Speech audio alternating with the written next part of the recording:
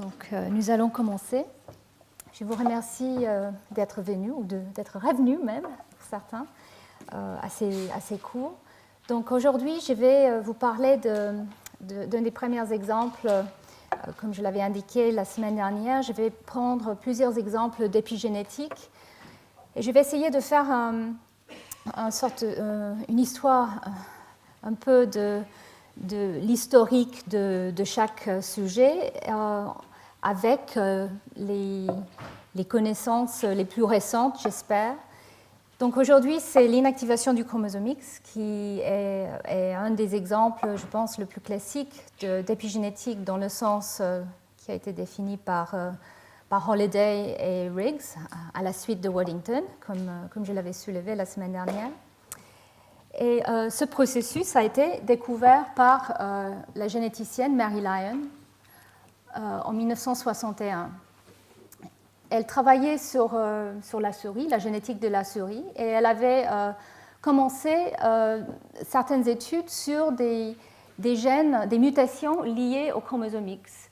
Elle avait remarqué qu'effectivement, pour ces mutations, les femelles portaient souvent des pélages bigarrés, tandis que les mâles ne portaient pas ce type de pelage, n'avaient pas ce type de pelage. De plus, les mâles avaient souvent des phénotypes assez sévères, contrairement aux femelles. Donc, ces femelles hétérozygotes pour des mutations comme mottled ou tabby, c'était les deux mutants qu'elle a surtout étudiés au départ, étaient donc isolées en fait auparavant à Édimbourg, et elle avait commencé à travailler sur ces souches dans les années 50. Et lors de ses travaux, elle a remarqué qu'elle avait obtenu une fois un mâle qui avait un pelage bigarré, contrairement aux femelles. Et elle trouvait que c'était assez intéressant parce que le mâle, normalement, a un seul X. Et donc, elle ne comprenait pas comment il pouvait avoir ce type de phénotype qui était plus associé avec les femelles qu'elle étudiait. Et alors ici, j'ai juste pris un extrait d'une interview où elle avait raconté comment elle a eu l'idée de ce qui était en train de se passer chez les femelles en regardant ce mâle qui avait ce pelage bigarré. Et elle se dit que peut-être ce mâle, en fait, était un mosaïque, un chimère, quelque part, qui avait eu une mutation au cours de son développement sur son chromosome X dans certaines cellules. Et donc, il est devenu un adulte avec certaines cellules. Il y avait une mutation mottled sur son chromosome X et puis d'autres cellules qui n'avaient pas de mutation. Et en réfléchissant à cette hypothèse, cette possibilité, elle a réalisé que peut-être c'était une explication ou quelque chose de semblable qui avait lieu chez les femelles, qui étaient, elles, XX. Dans ce cas-là, ce n'était pas un mosaïcisme génétique, mais plutôt peut-être un mosaïcisme cellulaire et de l'expression d'un des deux chromosomes X. Donc en fait, elle a réalisé que peut-être chez les femelles, les deux X sont présents dans toutes les cellules, simplement il n'y a qu'un des deux qui exprime le gène en question ou le chromosome en question. Parfois c'est l'allèle muté, mottled ou tabby, parfois c'est l'allèle sauvage. Et donc, dans le contexte d'autres travaux qui avaient eu juste avant, où Onu, un chercheur japonais qui a été basé aux États-Unis, avait remarqué qu'il y avait ce qu'il appelait la chromatine sexuelle présente dans les noyaux. Donc Barr, j'ai déjà cité ça la dernière fois, Barr, un cytogénéticien, avait aussi remarqué ça dans les années 40. Onu a proposé que cette chromatine condensée était en fait la chromatine sexuelle, donc qui était présente que chez les femelles. Donc Mary Lyon, en prenant ses études sur ces souris à pelage bigarré et en mettant ensemble ces données plus ces observations sur ce corpuscule de Barr, pardon, mes diapos partent toutes seules, sur ce corpuscule de Barr, elle a proposé qu'au cours du développement chez les femelles, un des deux X devient transcriptionnellement inactif. Donc, au moment de la fécondation, elle a proposé que les deux X sont actifs, Mais à un moment, au cours du développement, un des deux X est éteint et ce processus doit être aléatoire. Soit c'est le X qui vient du père, soit c'est le X qui vient de la mère. Et cette décision, une fois qu'elle est mise en place, elle est maintenue stablement, ce qui génère des clones de cellules qui donnent ce type de pélage où soit un X, soit l'autre est exprimé. Alors un autre point important qui était aussi souligné à cette époque par Liane Russell, elle était arrivée à la même conclusion à peu près en même temps, c'était que les souris qui avaient un seul chromosome X, et non pas deux, étaient phénotypiquement normales. Il n'y avait pas de problème d'avoir un seul chromosome X. Donc effectivement, d'éteindre un des deux X au cours du développement, clairement, ne pouvait pas poser un problème et pouvait, dans un cas où il y avait des différences entre les gènes sur les deux chromosomes X, générer ce type de mosaïcisme. Donc c'était vraiment sur ces bases d'observations génétiques et cytologiques que l'hypothèse de l'inactivation du chromosome X a été émise en 1961. Et maintenant, je pense que très vite, en fait, Mary Lyon elle-même, elle a écrit d'autres papiers qui ont suggéré qu'effectivement, ce processus pouvait se retrouver dans tous les mammifères, ou chez plusieurs mammifères, y compris les chats calico, comme vous voyez ici, mais aussi chez l'humain, chez les rats et dans d'autres espèces. Donc ce processus d'inactivation a été découvert chez la souris. Et chez l'humain, en fait, peu de temps après, il y a eu des données qui ont soutenu l'hypothèse aussi. En particulier des études sur des populations d'individus qui étaient hétérozygotes pour un gène qui était lié à l'X, qui codait pour une enzyme, la glucose 6-phosphate déhydrogénase.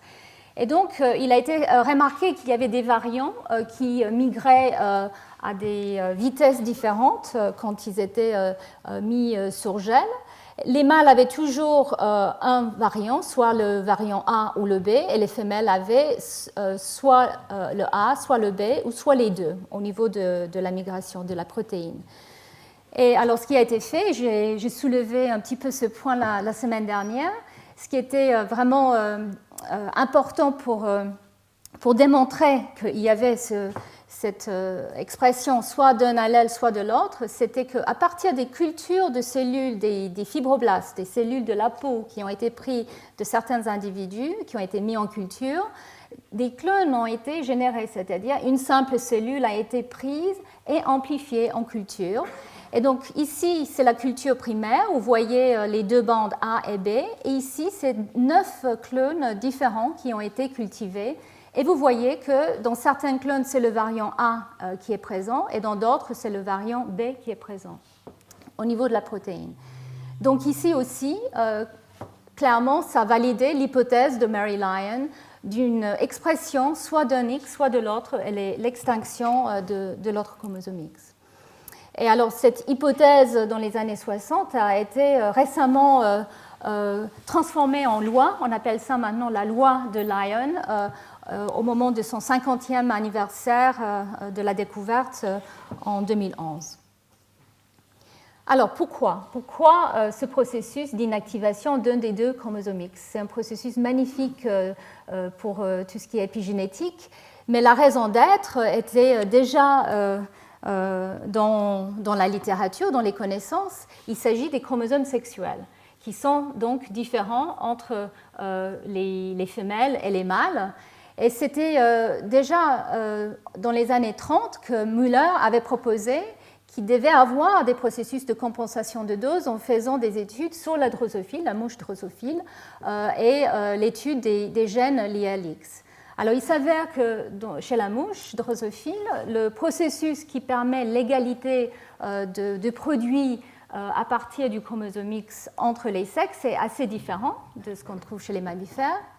Ici, c'est le mâle qui fait le travail, on va dire, d'augmenter la dose de protéines provenant du chromosome X. Donc, le X chez les mâles est exprimé 2 fois plus que les X chez la femelle.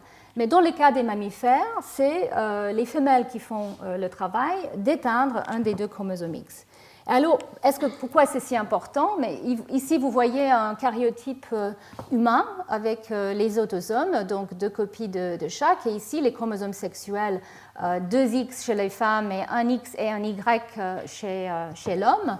Et je pense que vous voyez tout de suite que le chromosome Y est beaucoup plus petit que le chromosome X et ne partage pas beaucoup de gènes avec le chromosome X. Donc, avoir une double dose de ce chromosome X chez les femelles par rapport à mâles pose un problème. Donc le X a environ 1300 gènes, le Y environ 200 gènes maximum. Et effectivement, il faut un mécanisme pour compenser entre les sexes pour le dose qui est produit à partir du X. Et donc chez les femelles, chez les mammifères, l'inactivation du X est essentielle pour diminuer donc la dose des protéines provenant du chromosome X. Ce processus est essentiel car s'il n'a pas lieu au cours du développement précoce, l'embryon meurt très vite. Donc l'inactivation du chromosome X est un processus essentiel et c'est certainement pour cette raison aussi qu'il n'y a pas eu beaucoup de mutants générés permettant l'analyse de ce phénomène pendant plusieurs décennies. Mais il y a eu quelques-uns, et comme vous allez voir, maintenant il y a des systèmes de culture in vitro qui nous permettent de produire ou de manipuler le chromosome X et donc de générer des mutants qui ne permettent pas ce processus.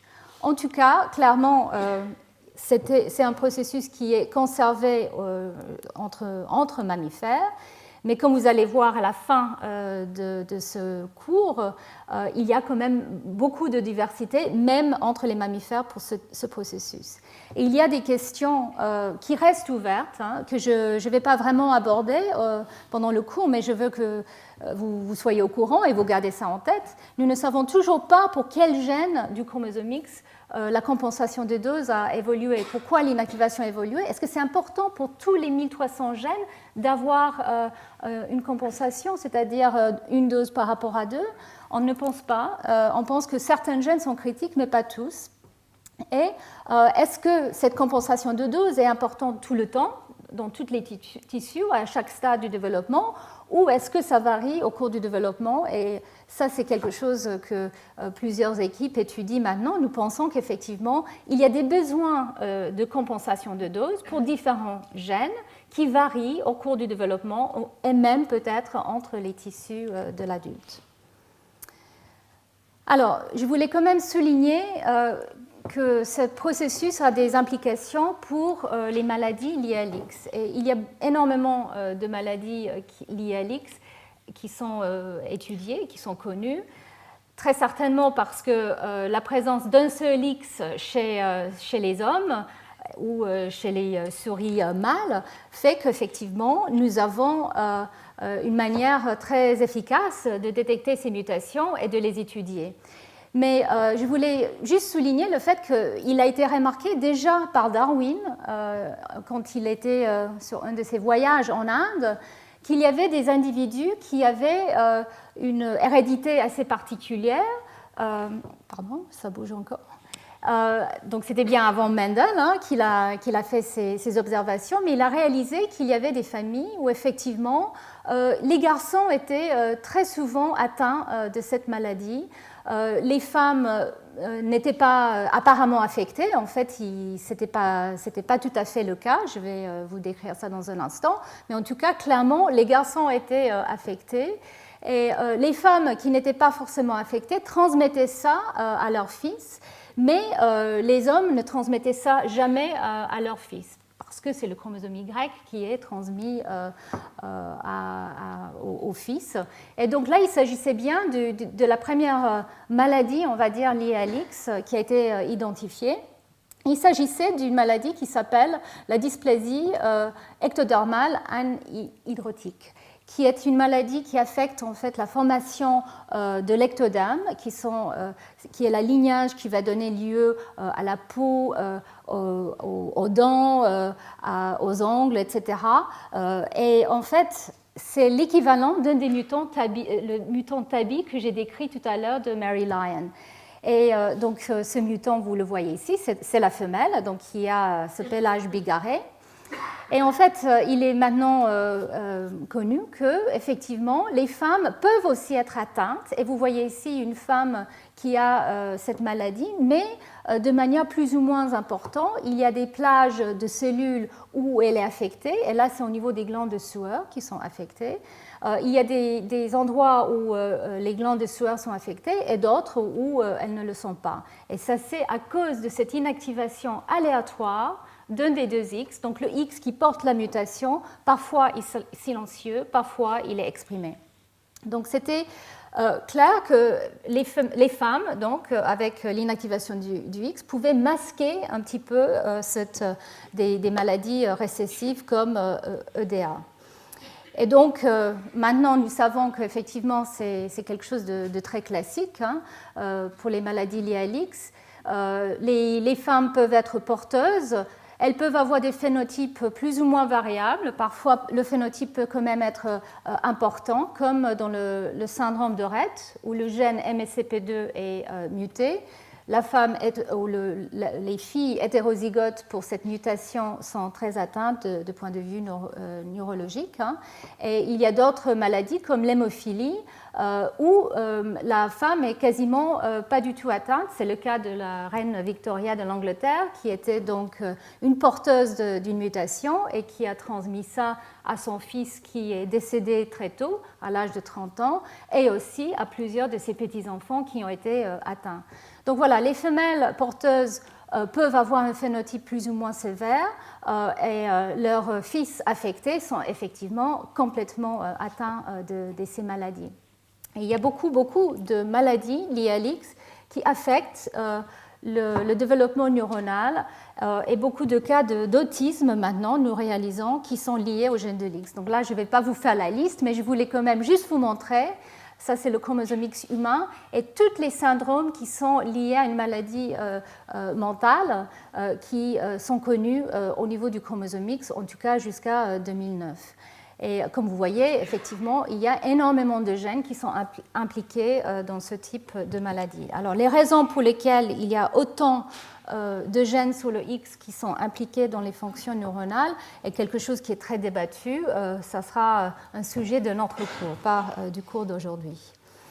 Donc, mais un point qui est important, la raison pour laquelle les femmes souvent ne montrent pas un phénotype ou montrent un phénotype très sévère, c'est que l'inactivation du X, même si j'ai dit que c'est aléatoire, et dans la plupart des cas, c'est 50% des cellules qui vont exprimer le X paternel et 50% des cellules qui vont exprimer le X maternel, il y a beaucoup de cas où cette inactivation n'est pas aléatoire.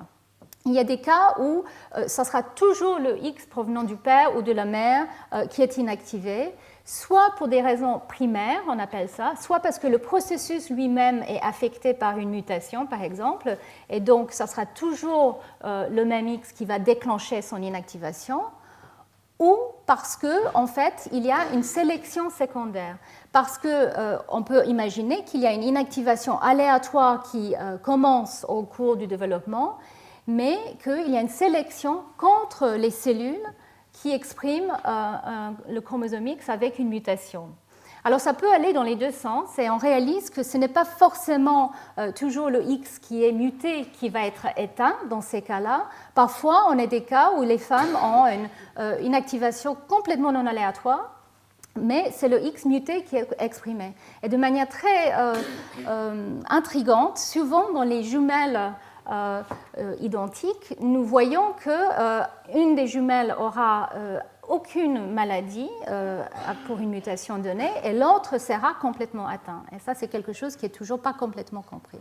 En tout cas, ces variations d'inactivation aléatoire peuvent donc générer une diversité cellulaire assez importante. Et donc, un dernier point par rapport à ça, c'est que même si je vous dis que le chromosome X est inactivé au cours du développement, nous avons su très vite en fait que, et donc ça c'était encore dans les années 60, qu'il y a des gènes qui ne sont pas soumis à l'inactivation. Il y a des gènes qui arrivent à échapper à ce processus, qui arrivent à être exprimés à partir du X inactif. Donc, le gène pour la stéroïde sulfatase était le premier qui a été identifié de ce type. Nous savons maintenant qu'il y a beaucoup de gènes sur le X, surtout chez l'humain, qui échappent à l'inactivation. Ils sont montrés en bleu ici. Chez la souris, il y a beaucoup moins de gènes qui échappent à l'inactivation. On n'est pas certain des raisons pour ça, mais peut-être le chromosome X chez la souris a évolué de manière d'éteindre son X de manière plus efficace, mais ça c'est de la spéculation. En tout cas, ce qui est clair, c'est qu'il y a une région, enfin deux chez l'humain, qui échappent complètement à l'inactivation du X, c'est les régions qu'on appelle pseudo-autosomales. C'est une région qui est aussi présente sur le chromosome Y. Donc, en fait, les hommes ont deux copies de cette région avec un X et un Y, et les femmes aussi ont deux copies de cette région-là. Donc, il n'y a pas besoin d'avoir une compensation de dose, même c'est important de ne pas avoir une compensation de dose de cette région. Donc, ça, c'est la région pseudo-autosomale. Mais il y a d'autres gènes aussi qui, eux, arrivent à échapper à l'inactivation. Est-ce que c'est parce que c'est des additions plus récentes sur le chromosome X? Est-ce que c'est parce que c'est des gènes qui doivent échapper à l'inactivation? Ce sont des questions que nous posons actuellement. En tout cas, ce qui est clair, c'est qu'il y a des gènes peut-être qui doivent échapper pour des raisons fonctionnelles. Il y a des gènes qui, au cours du développement, semblent être réactivés dans certaines voies, dans certains lignages, parce qu'elles vont servir à un processus qui est peut-être femelle spécifique, comme l'inactivation du X lui-même. Donc, je ne vais pas rentrer dans les détails de ces gènes, mais en tout cas, c'est très intriguant de voir que certains gènes arrivent à échapper à ce processus et peut-être à avoir des fonctions qui sont femelles spécifiques. Mais une des études dans les années 2000 qui a vraiment marqué, je vais dire, le média, mais qui a fait réfléchir les scientifiques, c'était la découverte qu'en plus de ces gènes qui étaient caractérisés au fur et à mesure des études du gène du X, une étude un peu plus systématique a été faite chez l'humain, où il a été démontré que jusqu'à 25% des gènes peuvent échapper à l'inactivation, 15% des gènes sur le X humain peuvent échapper un peu, et jusqu'à 10% des gènes de plus peuvent échapper, mais de manière variable d'un individu à l'autre. Donc, dans certaines cellules des femmes, il y a une réactivation de ces gènes ou une présence d'expression de ces gènes, et dans d'autres femmes, on ne voit pas cet échappement. Donc, en fait, cette étude a soulevé la possibilité qu'effectivement, il y a encore plus de diversité d'expression liée à l'X chez les femmes qu'on imaginait. Non seulement il y a ce mosaïcisme dû à l'inactivation du X, mais en plus, si les gènes peuvent échapper plus ou moins au niveau du X inactif, on peut imaginer qu'effectivement, on a une diversité d'expression qui est beaucoup plus que ce qu'on trouve chez l'homme. Et ici, je vous mets juste une citation de Hunt Willard, qui est un des grands messieurs de l'inactivation du X et qui avait publié cette étude, qui a dit qu'effectivement, du point de vue génétique, les hommes sont à peu près tous pareils. Ils sont relativement simples et peut-être prévisibles. C'est lui qui le dit. Mais on ne peut pas dire la même chose pour les femmes. Donc, pour lui, les hommes et les femmes, c'est encore plus éloigné au niveau de leur diversité phénotypique qu'on pensait. Il ne s'agit pas de Mars et Vénus, comme ce fameux livre, mais peut-être de Mars, Vénus, Pluto, Jupiter, etc. Les femmes sont extrêmement diverses. Et peut-être, ça peut avoir un lien, effectivement, avec le fait que les femmes peuvent vivre beaucoup plus longtemps, alors être résistantes à certaines maladies. Donc, tout ça, c'est... Bien sûr, le média a adoré quand ce message est sorti. Nous ne savons pas encore à quel point c'est avantageux d'avoir ce type de diversité, mais en tout cas, il est clair que c'est un fait. Donc, alors maintenant que je vous avais présenté un petit peu de quoi il s'agit, ce processus, je viens au cœur du sujet qui est quand même le thème de ces cours, l'épigénétique et les mécanismes qui sous-tendent ce processus. Donc, un point qui est extrêmement important à garder en tête, c'est que dans le cas des mammifères, ce processus de compensation de dose demande un traitement différentiel de deux chromosomes qui sont dans le même noyau, dans le même nucléoplasme, qui baignent dans les mêmes facteurs de transcription et régulateurs. Comment on arrive à les distinguer quand ils peuvent être en fait identiques génétiquement, Mais chez la souris, c'est possible. Avec les souris de laboratoire, on peut avoir des souris qui ont 2 chromosomes X quasiment identiques et un des deux va être éteint et cette extinction va être maintenue au cours des divisions cellulaires, au cours des centaines de divisions cellulaires. Mais cette extinction va être reprogrammée, réactivée dans la lignée germinale. Comment on arrive à faire ça? Et donc l'inactivation du X est, comme je l'ai dit, un exemple très classique de régulation épigénétique, aussi d'expression monoallélique, un des deux allèles, un des deux chromosomes est exprimé, et aussi de la formation d'hétérochromatine, parce qu'on passe d'un état actif du chromosome X au cours du développement à un état totalement inactif, ou presque, et condensé. Donc comment arriver à ça? Et donc, je n'ai pas toute la réponse, malheureusement, mais je vais essayer de vous donner les quelques pistes qui sont explorées et qui ont été explorées et qui continuent à être explorées pour comprendre ce processus.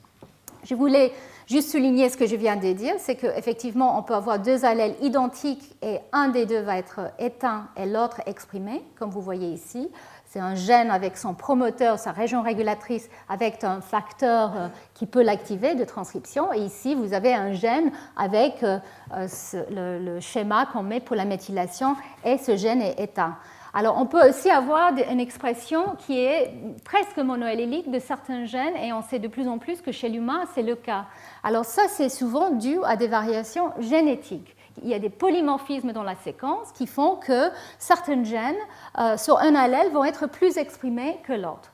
Donc ce n'est pas la même situation que ce qu'on appelle la situation épigénétique, où les 2 allèles, au niveau de leur séquence, sont identiques mais traités de manière différente. Et ici, je voulais vous rappeler qu'effectivement, le X inactif est ce corpuscule de barres, un bloc d'hétérochromatine très important. Et donc, comment on passe d'un état euchromatique, comme vous voyez ici, c'est la microscopie électronique qui a été faite ici, à cet état totalement condensé et inerte. Alors, un peu d'histoire, mais en fait, c'est intriguant de voir à quel point finalement on revient sur les mêmes modèles.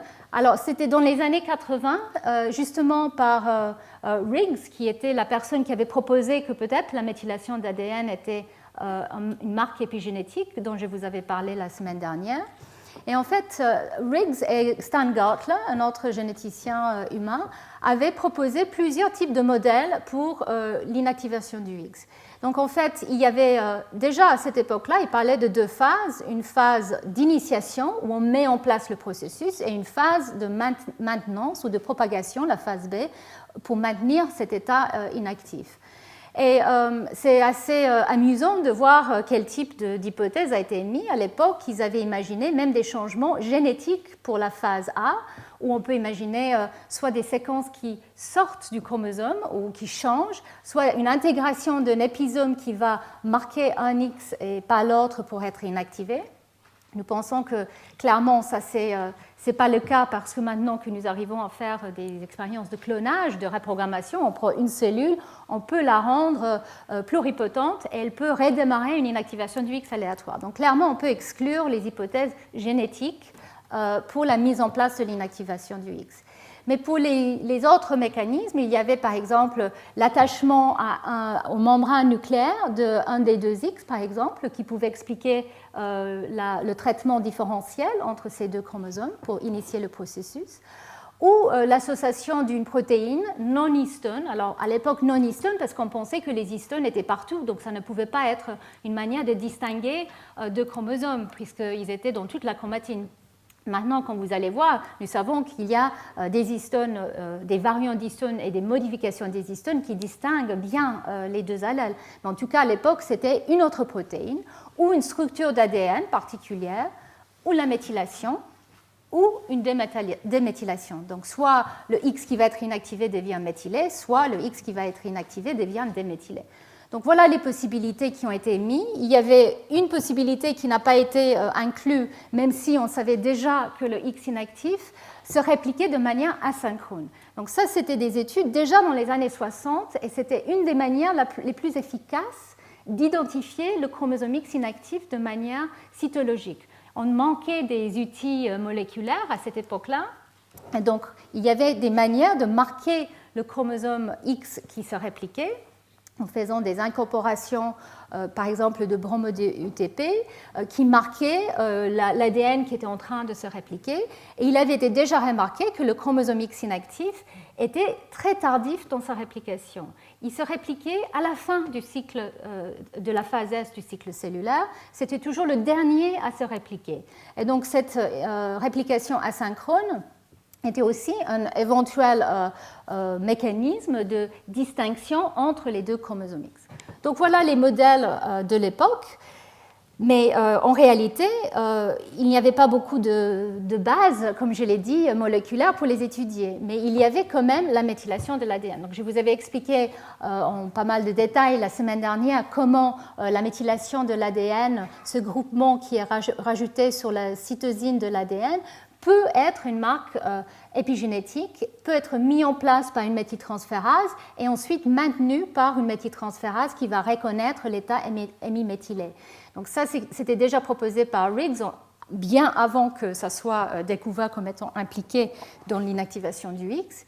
Et il a été remarqué dans les années 80 et 90 qu'effectivement, les îlots CPG, les régions riches en CPG qui étaient souvent associées à la région 5' du gène, donc ça pourrait être juste un cours en soi, les îlots CPG, je ne vais pas vous parler plus, mais en tout cas, il a été défini par Adrian Bird et ensuite par d'autres qu'il y avait ce type de région très dense en CPG. Et ces îlots CPG étaient souvent méthylés au niveau du chromosome X inactif. Donc au départ, c'était une hypothèse, comme je l'ai dit, mais très vite, il y a eu beaucoup d'études qui ont montré que c'était le cas. Donc ici, en 1984, il y a eu plusieurs études sur un gène, un des gènes préférés du X qui a été étudié, qui était HPRT, une autre enzyme. Et il a été montré, grâce à des études par des enzymes de restriction qui étaient sensibles à l'état méthylé ou pas de l'ADN, on arrivait à distinguer si une région était différentiellement méthylée entre les deux chromosomes X. Donc je ne vais pas rentrer dans les détails de comment ils ont fait ces analyses. C'était en utilisant des sondes radioactives qu'ils hybridaient à l'ADN en ce qu'on appelle une forme de Southern, donc c'était un transfert d'ADN sur des membranes. On hybridait l'ADN, la sonde marquée radioactivement sur cet ADN qui a été digéré avec ces enzymes sensibles à la méthylation, et du coup, ils arrivaient à voir qu'effectivement, chez les femelles, il y avait souvent une bande méthylée qui correspondait à l'X inactif. Donc ça, pendant plusieurs décennies, 15 ans environ, le monde de l'inactivation du X tournait autour de ça. C'était des études de méthylation. On avait ça, ça marchait, on pouvait étudier. Il y avait beaucoup d'espoir qu'effectivement la méthylation d'ADN pouvait expliquer la raison d'être, enfin le moléculaire en tout cas mécanistique de l'inactivation du X. Il y avait des techniques un peu plus élaborées qui ont été évoluées, qui essayaient de voir aussi si éventuellement il y avait des protéines spécifiques associées à ces régions qui étaient méthylées différentiellement, qui pouvaient expliquer le processus. Malheureusement, ça n'a pas abouti à beaucoup de découvertes. Simplement, il a été constaté qu'effectivement, ces îlots étaient très souvent méthylés au niveau du X inactif. Tandis que les îlots CPG ailleurs, que ce soit sur le X actif ou ailleurs dans le génome, sont la plupart du temps non méthylés. C'est la règle générale. C'est que sur le X inactif et dans certains cas particuliers que ces îlots CPG peuvent être méthylés. Et la semaine prochaine, on va parler de l'empreinte. Et là, c'est un autre cas où, effectivement, on peut avoir une méthylation qui est très souvent associée à une répression transcriptionnelle. Mais pourquoi et comment ? C'était la grande question. Alors, j'ai oublié de souligner, il y avait une autre approche que j'ai mentionnée la semaine dernière. Il a été découvert, je dirais, même avant qu'on commence à étudier l'ADN au niveau de son méthylation avec des sondes. Il a été découvert qu'effectivement, un traitement avec la 5-azacitidine, qui est donc cet analogue qui peut remplacer la méthylation au niveau de la cytosine et empêcher la maintenance de la méthylation au cours des cycles cellulaires. Je vous avais décrit ça dans le cours de la semaine dernière. Si on traitait des cellules femelles avec ce type de traitement avec 5-azacitidine, on voyait que les gènes sur le chromosome X, comme HPRT, pour lequel on pouvait sélectionner, je ne vais pas rentrer dans les détails de comment on sélectionnait, mais on pouvait sélectionner les cellules qui réexprimaient leur gène éteint, HPRT, très souvent, le traitement 5-acétidine augmentait le taux d'expression de ce gène. Donc ça voulait dire qu'on arrivait à réactiver les gènes sur le chromosome X après ce traitement qui empêchait la méthylation. Donc il y avait un lien mécanistique qui était bien là. Et ici, je vous montre juste comment ils ont évalué le taux de réactivation. Donc en sélectionnant pour la réactivation d'HPRT dans ce type d'expérience, ils ont ensuite regardé si d'autres gènes liés à l'X étaient aussi réactivés. Et ils voyaient qu'effectivement, de temps en temps, d'autres gènes étaient aussi réactivés dans certains clones. Donc ça voulait dire qu'effectivement, avec un traitement 5-acétidine, on arrivait à réexprimer les gènes du chromosome X.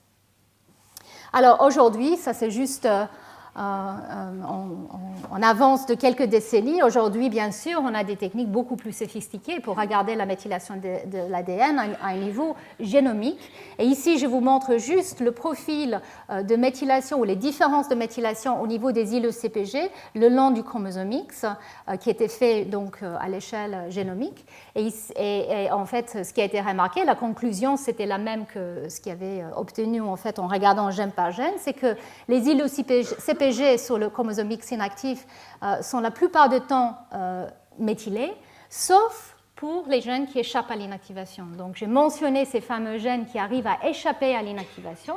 Eh bien, en effet, ces gènes-là sont très souvent non méthylés au niveau de leur promoteur, qui corrèlent bien avec leur état d'activité. Alors, est-ce que c'est la raison pour laquelle ces gènes arrivent à être réactivés ou à échapper à l'inactivation? Le lien n'est pas clair. On ne sait pas si en fait c'est l'absence de méthylation qui va générer une capacité d'être exprimée ou simplement que ces gènes ont une autre manière d'éviter la mise en place de l'inactivation et donc du coup leur gène ne devient, leur promoteur ne devient pas méthylé au cours du développement. Mais pour résumer cette phase qui était très longue, je dirais, dans le domaine de l'inactivation du X, d'études de méthylation, il est clair que la méthylation d'ADN au niveau des promoteurs est importante pour le maintien de l'état inactif des gènes sur le X. Les traitements 5-acétidine, et puis aussi maintenant, nous savons que si on délète les enzymes comme DNMT1 qui sont importants pour la maintenance de la méthylation, nous avons aussi une réactivation des gènes. Donc on sait que cette marque est importante, mais il n'était pas clair mécanistiquement quel était l'impact. La méthylation était là, mais est-ce que vraiment c'était cette méthylation qui faisait que le gène devenait éteint ou est-ce que c'était simplement une manière de maintenir cet état? Et en fait, ce qui a un peu mis, je dirais là, le pouce à l'oreille, c'était que chez les marsupiaux, qui eux aussi ont l'inactivation du chromosome X, c'est des mammifères qui font aussi ce processus, il n'y a pas de méthylation au niveau de leurs îlots CPG, ou en tout cas pas de manière aussi générale. Alors c'est vrai que les gens ont tendance à réactiver un peu plus chez cette espèce, mais pas autant que ça. Donc clairement, la méthylation d'ADN ne pouvait pas expliquer totalement ce processus d'inactivation transcriptionnelle. Et puis il y avait aussi une étude qui a été faite à cette époque, qui a montré qu'en fait, cette méthylation sur le X inactif au cours du développement, et ici il s'agit des jours de gestation chez la souris, cette méthylation, elle arrive très tard. L'inactivation du X, vous allez voir ça plus tard, a lieu vers 6 jours de gestation chez la souris, mais la méthylation, la bande méthylée que vous voyez apparaître ici, arrive beaucoup plus tard, en tout cas pour le gène HPRT. Alors, je dois souligner qu'à l'époque, il n'y avait que ce gène qui a été regardé. Très récemment, il y a eu une étude beaucoup plus systématique qui a été faite et on réalise qu'il y a certains gènes qui sont quand même méthylés beaucoup plus tôt. Mais c'est vrai qu'en général, cette méthylation, elle arrive bien après la mise en place de l'inactivation du chromosome X. Donc, ça ne pouvait pas vraiment expliquer la totalité de ce processus. Et donc, à cette époque-là, ça a duré quelques années où les gens se demandaient alors, donc, on va faire quoi? Qu'est-ce qu'on va étudier?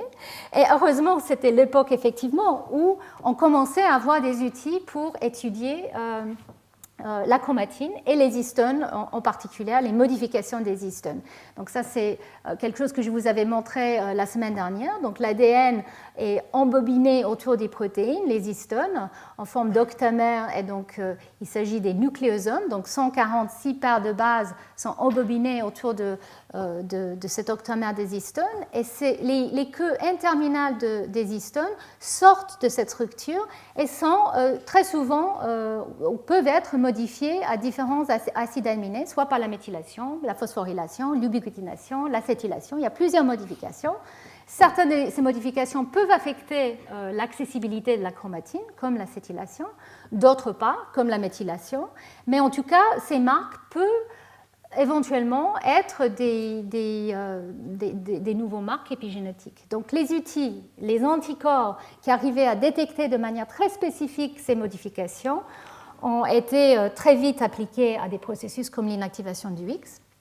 Et donc déjà en 1993, Brian Turner a étudié l'acétylation de l'histone H4 sur des chromosomes mitotiques. Ici, vous voyez les chromosomes mitotiques. Donc ça, c'est l'ADN qui est marqué avec UXT. Et ici, vous voyez un marquage d'un anticorps contre cette modification. Et vous voyez que tous les chromosomes sont bien marqués, sauf un. Un chromosome qui n'est pas marqué, ou quasiment pas, sauf quelques petits points. Et il s'agit bien du X inactif, qui manque cette marque d'acétylation de l'histone H4. Donc, c'était la première découverte d'une différence au niveau de la chromatine autre que la méthylation qui était associée avec le X inactif. Et depuis, il y a eu beaucoup de modifications différentes qui ont été étudiées. Ici, je vous montre quelques-unes. Donc ici, l'acétylation, comme je vous avais montré tout à l'heure, de H4. Vous voyez que le X qui est en bleu, l'ADN est maintenant marqué en bleu par DAPI. Il y a quand même des petits points que vous avez vus dans la diapo précédente qui sont présentes. Et en fait, là, il s'agit des régions pseudo-autosomales. Donc, c'est les seules régions du X qui sont vraiment bien exprimées, des blocs qui sont bien exprimés. Et on les détecte avec cette marque qui est plutôt associée donc à une activité transcriptionnelle, mais qui est déplétée partout ailleurs. Il y avait une autre modification qui maintenant, nous savons, est très associée avec un état d'activité, la méthylation de la lysine 4 de l'histone H3, qui là aussi est déplétée, sauf, encore une fois, pour les régions pseudo-autosomales. Et puis on avait d'autres, comme la diméthylation de la lysine 9 de l'histone H3, qui était enrichie particulièrement sur le X inactif, qui n'était pas présent autant sur d'autres régions, mais qui était présent sur le X inactif. Et peut-être la marque maintenant la plus étudiée, la plus connue, c'est la triméthylation de la lysine 27 de l'histone H3, qui est une marque qui est extrêmement enrichie au niveau du chromosome X inactif. Donc, c'est en utilisant des techniques de marquage de ces anticorps très spécifiques avec une fluorescence. Donc, ça s'appelle l'immunofluorescence, qui nous permet de détecter cytologiquement les chromosomes. Il y a aussi une autre technique qui s'appelle l'immunoprécipitation de la chromatine, qui permet d'étudier moléculairement si la chromatine à telle ou telle région est associée avec telle ou telle marque. Et ici, donc, ça a été étudié pour ces marques, les mêmes marques. L'immunoprécipitation de la chromatine, ou CHIP comme on l'appelle, a été fait sur les promoteurs de différents gènes sur le X. Et il a été montré qu'effectivement, pour certaines marques, il y a une absence, comme pour cette marque ici. Il y a une absence au niveau des gènes, certains gènes sur le X. Et il y a une présence d'autres marques, comme le H3-méthylK9. Donc voilà, il y avait deux approches qui montrent bien qu'il y avait quand même une distinction entre les deux X au niveau de leur chromatine. Et donc, peu après, il y a eu la découverte que certains facteurs, les facteurs polycomes, les complexes polycomes, dont je vous avais parlé aussi la semaine dernière, et qui sont, vous allez voir, liés à ces états de la chromatine différentielle, étaient importants pour l'inactivation du X. Et ici, je vous montre le premier papier qui a montré ça de manière définitive. Il s'agit d'une mutation chez la souris d'un des facteurs polycomes, le facteur EED, qui fait partie du complexe PRC2. Et en fait, juste pour expliquer très simplement ce qu'ils ont fait, ils ont pris des souris qui portent un transgène fluorescent vert sur le chromosome X. Donc c'est un gène qui s'appelle la GFP qui, quand elle s'exprime, elle fluoresce. Donc on a des petites souris vertes, justement. Et quand on croise un mâle avec ce type de transgène sur son X avec une femelle qui n'a pas, ce qu'on obtient, c'est donc des embryons qui sont hétérozygotes. Si c'est des femelles, elles ont le X paternel avec GFP et le X maternel sans GFP. Alors, dans les adultes, ces femelles, elles ont la peau bigarrée, elles sont fluorescentes, vertes, pas vertes. Mais au niveau de l'embryogenèse, en fait, on le sait, je vais revenir sur ça dans un instant, au début de la mise en place de l'inactivation, du développement, le X paternel est toujours éteint. Donc, dans des cellules qui sont les cellules extra-embryonnaires chez la souris, la GFP, elle doit être toujours éteinte. Le X paternel, il est toujours silencieux. Et c'est ces cellules-là que vous voyez ici. Ici, c'est l'embryon. Ici, c'est les tissus extra-embryonnaires. Et en fait, en regardant les mutants, ou les embryons dérivés des mutants, il a été vu qu'effectivement, il y a une expression des cellules vertes là où il ne devrait pas y en avoir. Et donc, en fait, ça veut dire que le transgène GFP sur le X paternel est réactivé de manière anormale dans ces cellules. Donc, ils ont regardé aussi plus tôt, ici il s'agit des embryons à 6 jours et demi et 7 jours et demi, donc c'est après la mise en place de l'inactivation aléatoire du X et après la mise en place de l'inactivation du X paternel. Quand ils ont regardé plus tôt, ils n'ont pas vu de défaut. Au niveau de la mise en place, il n'y avait pas de défaut. Le défaut était dans le maintien de l'état inactif. Donc on voyait que le transgène GFP, il était éteint d'abord, mais ensuite il se réallumait. Donc ça veut dire qu'effectivement, PRC2, comme la méthylation de l'ADN, est certainement important pour le maintien de l'état inactif. Donc ça, c'était très important parce qu'effectivement, c'était un nouveau acteur ou un nouveau mécanisme de maintien de l'état inactif. Et ça montrait bien qu'effectivement, l'état inactif du chromosome X était géré par plusieurs types de processus différents. Donc, je voulais quand même juste vous rappeler que dans les cellules où ils ont vu cette réactivation, les cellules extra-embryonnaires, nous savons maintenant que les gènes endogènes du X échappent souvent aussi. Donc ça, c'est un papier qui a été récemment publié justement de mon groupe par Catherine Corbel. On voit que certains gènes ont tendance à échapper de toute façon dans ces tissus. Et on sait aussi, et ça c'est des études de plusieurs groupes auparavant, qu'il n'y a pas de méthylation au niveau des promoteurs des gènes dans ces tissus-là. Donc ça veut dire qu'effectivement, il y a besoin peut-être de polycomes encore plus important dans ces tissus parce qu'il n'y a pas de méthylation de l'ADN. Donc ça, c'est juste, je vais revenir sur ça, je pense, plus tard, mais c'était important de vous montrer qu'effectivement, ces stratégies de maintenance peuvent être utilisées, pas forcément les deux à la fois, mais soit l'un, soit l'autre. Et dans le cas de polycom, clairement, c'est le système qui est utilisé dans les tissus extra-embryonnaires pour l'inactivation du X. Alors, comment étudier l'inactivation du X, vu que ça se passe chez la souris au moment du développement qui est le plus difficile d'accès d'études. Parce qu'en fait, l'inactivation du X a lieu quand il y a très peu de cellules, au moment soit préimplantatoire ou périimplantatoire. Donc chez la souris, c'est extrêmement difficile d'aller regarder précisément ce qui se passe. On le fait, mais avec, je dirais, beaucoup d'efforts et délicatesse. On a eu la chance, et ça aussi je l'ai évoqué lors de ma leçon inaugurale, que le système des cellules souches embryonnaires qui a été développé par Martin Evans et d'autres, très vite a été exploité comme un système pour étudier l'inactivation du chromosome X.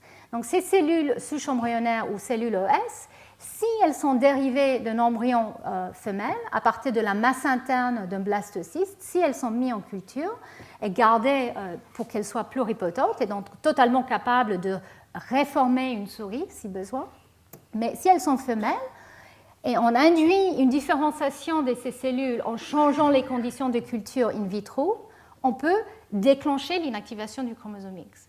Donc on commence avec des cellules ES femelles qui ont 2 X actifs, on change les conditions de culture et on peut induire l'inactivation du chromosome X. Donc c'est un système extrêmement puissant qui a été très vite utilisé par d'abord Liz Robertson et Sahel Raston dans les années 80 et très vite après par plusieurs laboratoires. Ça permet une manipulation génétique aussi, donc on peut faire de la recombinaison homologue ou rajouter des transgènes dans ces cellules ES pour voir quel est l'impact sur le processus qui nous intéresse, en l'occurrence l'inactivation du X. Et aussi, on peut suivre jour par jour ou même heure par heure, si on veut, le processus et faire même de la biochimie parce qu'on n'est pas limité par le nombre de cellules.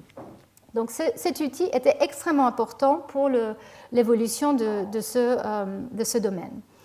Et justement, Liz Robertson et Sahela Raston ont exploité des cellules ES ou EK qui étaient semblables aux ES à l'époque. Elles ont exploité ces ES pour définir la région du chromosome X qui était apparemment importante pour déclencher tout le processus. Donc jusque-là, je vous avais parlé des marques épigénétiques qui sont impliquées. Maintenant, je vais vous parler d'une région d'ADN, la séquence ou les séquences qui sont importantes pour déclencher tout ce processus. Et en fait, c'était en étudiant... pardon, il y a une animation qui n'a pas marché là. Mais en tout cas, c'était en étudiant différentes lignées ES ou EK qui étaient XX ou qui avaient perdu une partie de leur chromosome X, qui avaient fragmenté un des deux X. Et comme je vous avais dit tout à l'heure, être XO n'est pas un problème pour une femelle, et encore moins en culture. Donc perdre un X, ce n'était pas un problème. Même on va dire qu'il y avait une certaine pression peut-être de perdre un X, parce que dans ces cellules, les deux X sont actifs, et on pense qu'effectivement, ça génère une certaine instabilité qui est mal tolérée, même en culture, et on a une tendance dans les cellules XX de perdre un des deux X ou de le casser, de le fragmenter. Donc, Raston et Robertson ont exploité cette perte occasionnelle d'une partie du chromosome X pour définir les régions qui étaient, ou la région, là où les régions qui étaient importantes pour déclencher le processus. En prenant des lignées différentes, et en induisant la différenciation, elle regardait cytologiquement si oui ou non l'inactivation du X était induite. Alors, elles utilisaient une coloration qui s'appelait la coloration de Kanda, qui était extrêmement difficile, je peux vous dire, à mettre en place, parce que moi, je n'ai jamais réussi. Mais en tout cas, à l'époque, c'était le seul outil qu'on avait, à part la réplication tardive que je vous avais montré. Mais en tout cas, avec un marquage Kanda, ils voyaient si oui ou non l'X inactive apparaissait au cours de la différenciation. Et donc, il y avait une certaine lignée qui n'arrivait jamais à montrer un X inactif, et puis d'autres lignées où on voyait qu'il y avait un X inactif, parfois le morceau plus petit, parfois le morceau plus grand dans certaines lignées, comme celle-ci. Donc, ça voulait dire qu'il y avait un fragment du X qui était essentiel pour la mise en place de ce processus. Il y avait d'autres données, beaucoup de données que je ne vais pas vous présenter, où les gens avaient étudié, Mary Lyon et Leanne Russell et d'autres, des translocations, des délétions, des souris porteuses de translocation et de délétion avec le X, entre le X et un autosome. Et il a été démontré que dans certaines translocations, le morceau du X transloqué était capable d'induire une inactivation non seulement de lui-même, mais aussi de la région voisine autosomale. Donc il y avait une propagation de cette inactivation dans les séquences autosomales, et bien sûr, ça pouvait dans certains cas générer des phénotypes. Mais que la propagation était moins efficace, certes, mais en tout cas était clairement établie. Donc grâce à ce type de délétion et translocation, la région du centre d'inactivation, qu'on appelait le centre d'inactivation, a été définie. Alors, voici la région telle qu'elle a été définie au début des années 90. Il s'agissait quand même d'une région assez énorme, de plusieurs centimorgans ou de plusieurs dizaines de mégabases, de millions de bases d'ADN, mais qui était définie par une translocation et une des lignées que je vous avais montrées précédemment, et à l'intérieur duquel il y avait énormément de gènes, évidemment. Donc, plein de candidats éventuels à explorer. Et alors, les études, si on les prend ensemble, et là je vais vous faire un résumé extrêmement succinct, ont indiqué que pour que l'inactivation soit déclenchée, il faut au moins 2 de ces régions dans la cellule, donc 2 copies du centre d'inactivation. Il a été aussi proposé qu'il y ait un système de comptage qui fait qu'un seul X restera actif par lot d'autosomes diploïdes. Alors, il n'était pas clair, ou il n'est toujours pas clair, si ce système de comptage marche via le centre d'inactivation. Mais en tout cas, ce qui était clair, c'est qu'effectivement, dans une cellule qui est diploïde, un seul X sera actif, tous les autres X, et on peut avoir des individus qui sont XXXXX, tous les autres X vont être inactivés. Par contre, si on a une cellule triploïde ou un embryon triploïde ou tétraploïde, bien sûr, ce n'est pas viable, mais on peut étudier la situation au niveau de leur chromosome X actif ou inactif. Et on voit que là, dans une cellule tétraploïde, 2 X resteront actifs. Donc même s'il n'y en a que 2 dans la cellule tétraploïde, si elle a X, X, Y, Y, les 2 X resteront actifs. Donc il y a un système de comptage qui reste mystérieux, mais en tout cas a été proposé par Mary Lyon à l'époque. On sait aussi que cette région chevauche avec une région génétiquement caractérisée par Bruce Kattanak et plus tard par Philippe Avner et d'autres, qui s'appelait le locus controlling element, le X controlling element, qui peut influencer quel X sera inactivé. Donc là, il s'agit des polymorphismes génétiques. Donc si on a une femelle qui est hétérozygote pour ce locus, elle va inactiver un des X plus souvent que l'autre. Et le ratio peut aller jusqu'à 60%, 40%. Et donc là, il s'agissait justement d'un locus génétique qui était polymorphe et qui affectait la mise en place, le choix de quel X sera inactivé. Et enfin, il a été proposé qu'effectivement, il doit avoir un signal qui est émis par cette région, qui doit être le signal de mise en place d'inactivation, et que ce signal doit être limité en 6, c'est-à-dire que dans les séquences voisinage, parce qu'on a vu, il y avait aussi des translocations où cette région, à côté de l'autosome, était capable quand même de propager un état inactif en 6. Donc, qu'est-ce qu'il y avait dans cette région ? Et en 90, il y a eu la découverte qu'effectivement, cette région qui est montrée ici contenait un gène, et c'était par hasard que ce gène a été découvert. C'était en fait en criblant pour des protéines associées à des gènes qui échappent à l'inactivation que ça a été découvert, mais ce gène ne produit pas de protéines. Il produit un ARN qui ne code pas pour une protéine. Donc ce gène avait la particularité d'être exprimé qu'à partir du X inactif. Donc, contrairement aux gènes qui échappent à l'inactivation, qui sont exprimés à partir des 2 X, il ne s'exprime qu'à partir du X qui est inactivé. Donc, c'était unique comme profil. En plus, il tombait pile dans la région candidate pour le centre d'inactivation. Et il produisait un ARN qui a été démontré quelques années plus tard comme étant un ARN qui est capable de s'associer avec le chromosome à partir duquel il est produit.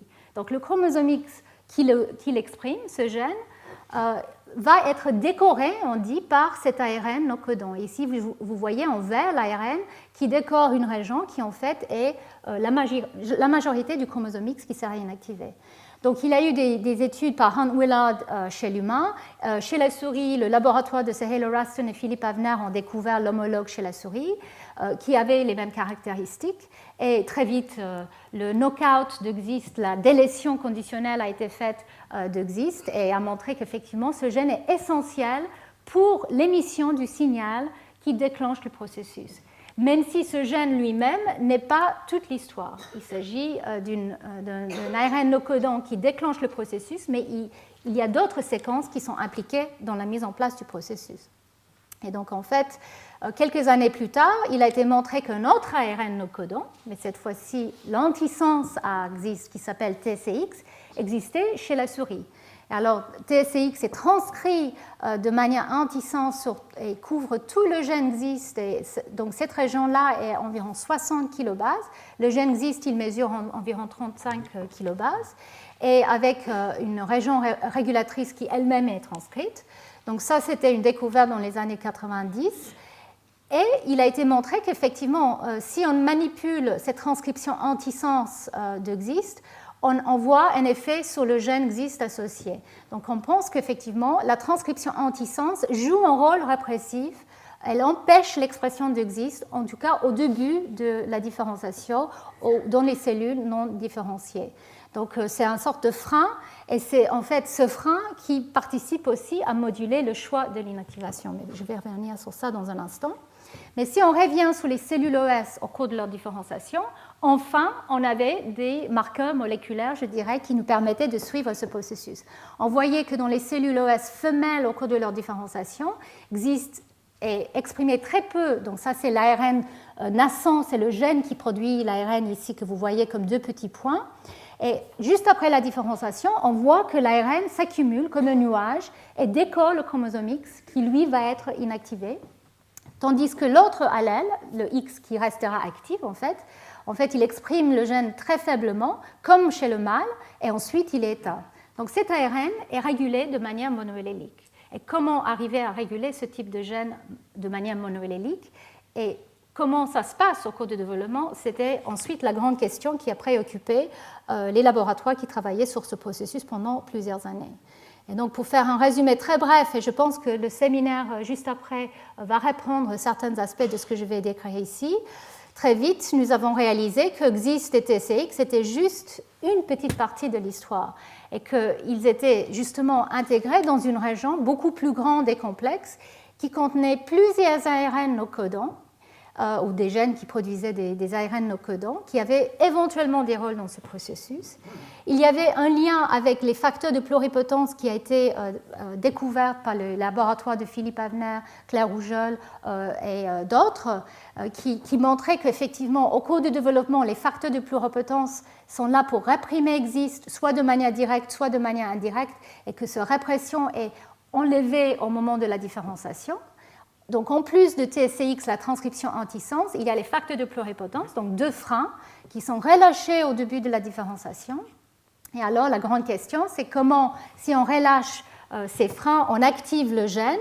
Et donc, plusieurs de les séquences autour de XIST, dans les centaines de kilobases qui entourent XIST, sont importantes pour cette régulation.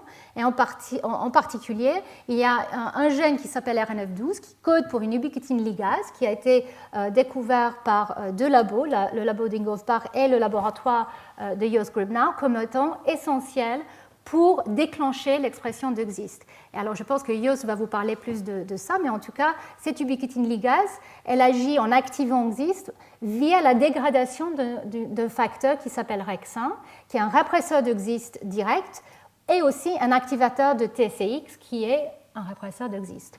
Donc, vous voyez que finalement, la régulation d'XIST est très intégrée dans la régulation des facteurs de pluripotence, et il y a quand même des particularités qui sont liées à cette histoire de dose.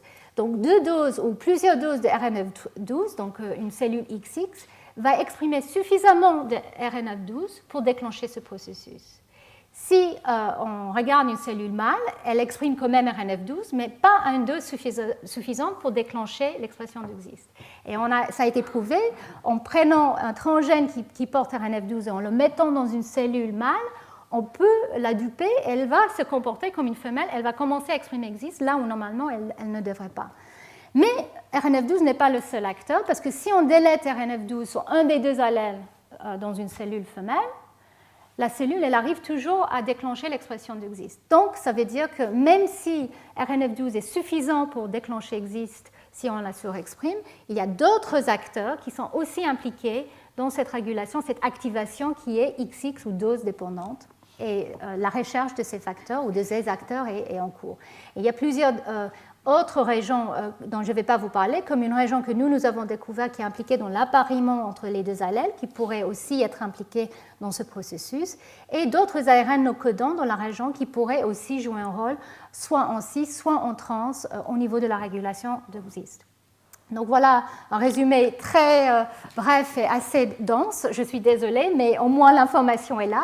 Et je pense que Jos Gribnau va parler plus de ça tout à l'heure. Je voulais juste terminer cette partie-là en vous décrivant les dernières connaissances au niveau de l'organisation de cette région-là. Il a été démontré par mon laboratoire qu'en fait, XIST et son antisense font partie d'une organisation extrêmement grande et complexe, hein, on va dire, du chromosome X. Donc, en fait, tout le génome, nous avons démontré, est organisé en forme de domaine d'interaction, d'association. Dans un papier qui a été publié l'année dernière, nous avons montré que le promoteur de XIST, il est dans un domaine d'interaction avec plusieurs séquences qui mesurent jusqu'à 500 kilobases en 5'. Et dans tout ce domaine, il y a des gènes qui sont impliqués dans la régulation de XIST, soit en trans, comme RNF12, soit en cis, comme ces gènes-là. Et de l'autre côté, il y a l'antisense de XIST TSCX qui, lui, son promoteur est dans un autre domaine, donc qui est peut-être ségrégé, et donc les éléments régulateurs de TSCX ne peuvent pas interagir avec XIST. Et donc, cet domaine d'interaction mesure environ 200 kb. Et là-dedans, nous avons montré qu'il y a des nouveaux éléments qui peuvent être des régulateurs de TSCX, comme un autre ARN non codant que je vous montre ici. Donc, cette organisation complexe nous ne pensons pas est unique à cette région-là. Nous pensons que tout le génome est organisé comme ça et il y a des gènes, des locus qui sont importants au cours du développement, qui ont besoin de leur environnement particulier pour pouvoir bien s'exprimer au bon moment et au bon endroit. Et alors ici, je ne vais pas rentrer dans les détails de cette diapo parce qu'en fait, je pense que là, Jos Grymna va vous faire une partie de son cours sur les différents modèles modernes, on va dire, de la mise en place de l'inactivation. Alors, quelqu'un m'a dit récemment que le problème avec l'inactivation du X, c'est qu'on a beaucoup de modèles parce qu'on ne sait toujours pas comment ça marche. Et c'est vrai. Nous avons donc des modèles où on dit que le choix de quel allèle de XIS va être exprimé est fait avant le déclenchement des activateurs, des répressions des facteurs de pluripotence, que c'est un choix stochastique et ensuite on sélectionne contre les cellules qui ont fait le mauvais choix, par exemple d'exprimer les deux allèles de XIS. Ça peut avoir effectivement un effet négatif sur la prolifération, mais vous allez voir que finalement dans certaines espèces, peut-être c'est comme ça que ça se passe. Peut-être il y a des boucles de rétroaction où effectivement les gènes comme RNF12 qui sont les activateurs de XIST, qui sont là pour déclencher XIST, sont très vite réprimés par XIST lui-même, par l'inactivation, et ça on sait que c'est le cas, et donc c'est comme ça peut-être qu'une partie du choix est faite. Et il y a aussi des hypothèses proposées qui suggèrent que peut-être les deux X se reconnaissent par cette histoire d'appariement que j'ai mentionné. L'appariement entre les deux centres d'inactivation pour être une manière non seulement de reconnaître qu'il y a deux X et de déclencher le processus, mais aussi, surtout, pour générer une asymétrie, c'est-à-dire pour permettre qu'un allèle n'existe pas l'autre va être exprimé. Et nous avons montré que peut-être c'est via ce type d'interaction transitoire que l'antisens de XIST, TSX, devient asymétrique. Mais un point qui est important, c'est que finalement, tous ces différents modèles ne sont pas mutuellement exclusifs. Et justement, nous pensons que peut-être dans différents organismes ou différents mammifères, différentes parties de ces modèles sont utilisées. Donc je voulais quand même maintenant passer au rôle éventuel de cet ARN XIST qui était découvert et qui était le début, je dirais, de l'exploration fonctionnelle moléculaire de l'inactivation du X. Donc cet ARN garde ses mystères. Nous ne savons toujours pas comment il décore le chromosome en 6. Nous ne savons toujours pas comment il inactive les gènes de manière aussi efficace. Mais en tout cas, clairement, l'ARN de XIST est non seulement nécessaire, mais aussi suffisant pour déclencher l'inactivation. Si on prend le gène et on le met sous un promoteur inductible, et ça on peut le faire maintenant, on force l'expression de XIST et on force l'inactivation. Ça c'est clair. Donc l'ARN de XIST est capable tout seul de déclencher ce processus d'inactivation, que ce soit sur le X ou sur un autosome d'ailleurs. Donc cette décoration est certainement importante pour la répression génique. Il y a une région de cet ARN no codon qui est important pour la répression génique, mais nous ne savons toujours pas comment elle marche. Et il y a plusieurs hypothèses pour comment cet ARN joue son rôle. Et en fait, nous pensons que l'ARN de XIST est multitâche. Il fait plusieurs choses. Et une des premières choses qu'il fait, c'est en fait de créer un compartiment nucléaire répressif ou silencieux. Et donc ça, c'est quelque chose que nous avons démontré il y a quelques années, mais d'autres groupes aussi. En fait, dès que l'ARN de XIST accumule sur le X, on voit une absence de la polymérase 2 qui était présent auparavant. Donc on pense qu'une des choses que XIST fait, c'est effectivement de, quelque part, expulser la présence des facteurs de transcription, mais nous ne savons toujours pas comment. Mais clairement, cette activité de formation de ce compartiment n'est pas essentielle pour son activité de répression génique, parce que même un mutant existe qui ne peut pas inactiver les gènes, mais qui peut quand même décorer son chromosome, est capable de créer ce compartiment. Donc ce n'est pas ce compartiment qui fait qu'il y a inactivation, mais en tout cas, peut-être il peut participer. L'autre chose que XIST fait, que ce soit direct ou indirect, c'est induire les changements au niveau de la chromatine. Et en fait, à la suite de la découverte de XIST et les techniques qui permettaient de combiner sa détection par fiche et aussi la détection des modifications des histones ou d'autres protéines par immunofluorescence, les deux techniques ont été combinées. Et donc, il a été montré que très tôt au cours de la différenciation, les marques qui ont été identifiées comme étant caractéristiques du X inactif ont été identifiées comme étant effectivement présents ou absents très tôt au cours de la mise en place d'inactivation, plus tôt que la méthylation de l'ADN des promoteurs. Donc effectivement, il y a une perte des marques actives, des marques comme l'acétylation des lysines H3 et H4 ou la méthylation de la lysine 4 d'H3. Il y a une perte très rapide au cours de la différenciation. Et puis un gain très rapide de la méthylation de H3K27 ou de H3K9 diméthylé. Et il y a l'apparition effectivement des complexes polycomes très vite, très tôt au cours de ce processus. Et donc, les liens entre les modifications des histones, les facteurs polycomes et le silencing, la répression génique, ont été explorés. Pardon. Et donc, bien sûr, je vous avais montré ça la semaine dernière.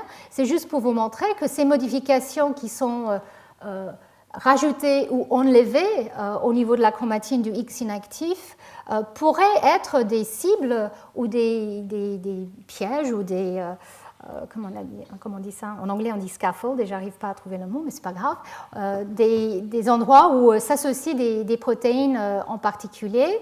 Et il a été montré qu'effectivement, donc il y a des lecteurs de ces modifications et aussi des écrivains de ces modifications. Et il a été montré qu'effectivement, Polycom rajoute cette modification ici, H3K27 triméthyle. Donc le complexe PRC2 rajoute cette modification et cette modification, elle est capable ensuite de recruter au moins une partie des complexes polycom PRC1 qui s'associent via cette protéine, CBX7, au niveau de cette modification ici. Donc on a réalisé qu'effectivement ces modifications font partie de, je dirais, la mise en scène, le déroulement des changements chromatiniens qui font que l'état inactif va petit à petit être verrouillé et la chromatine va être transformée en hétérochromatine. Donc je vais vous résumer ce que nous savons maintenant basé sur les cellules ES au cours de leur différenciation. Donc, comme j'ai dit, c'est un outil magnifique, ces cellules ES, pour voir à quel moment les choses se passent. Pour le moment, je pense qu'on peut dire qu'on est toujours un peu dans la phase de description. Les phases d'attaque moléculaire et mécanistique sont en cours d'être faites et il n'y a pas beaucoup de connaissances au niveau de la causalité des événements que je vais vous montrer. En tout cas, ici, je vous montre un gène actif sur le chromosome X et avec la polymérase 2 qui est là en train de le transcrire pour reproduire l'ARN avec les marques qui sont souvent associées à l'euchromatine comme H3K4 triméthyle et l'acétylation d'H3 et H4. ARIV existe, l'ARN décore son chromosome et on voit que très vite, pôle 2 disparaît et nous voyons aussi ce compartiment qui se fait et la perte aussi des marques actives. Donc, il y a une perte très rapide de toutes ces marques d'activité, acétylation et méthylation. Et nous ne savons toujours pas comment cet effacement est fait. Est-ce que c'est un échange des histones présents? Est-ce que c'est en fait des enzymes qui viennent déméthyler ou réacétyler les histones? On ne sait pas. Est-ce que c'est un remodelage? Est-ce que c'est une dégradation des histones? Tout est possible, mais c'est en tout cas, je dirais, l'événement le plus précoce dans tout le processus et on ne comprend toujours pas comment ça marche. Et à mon avis, c'est comme ça qu'Exist fait la première étape de son travail.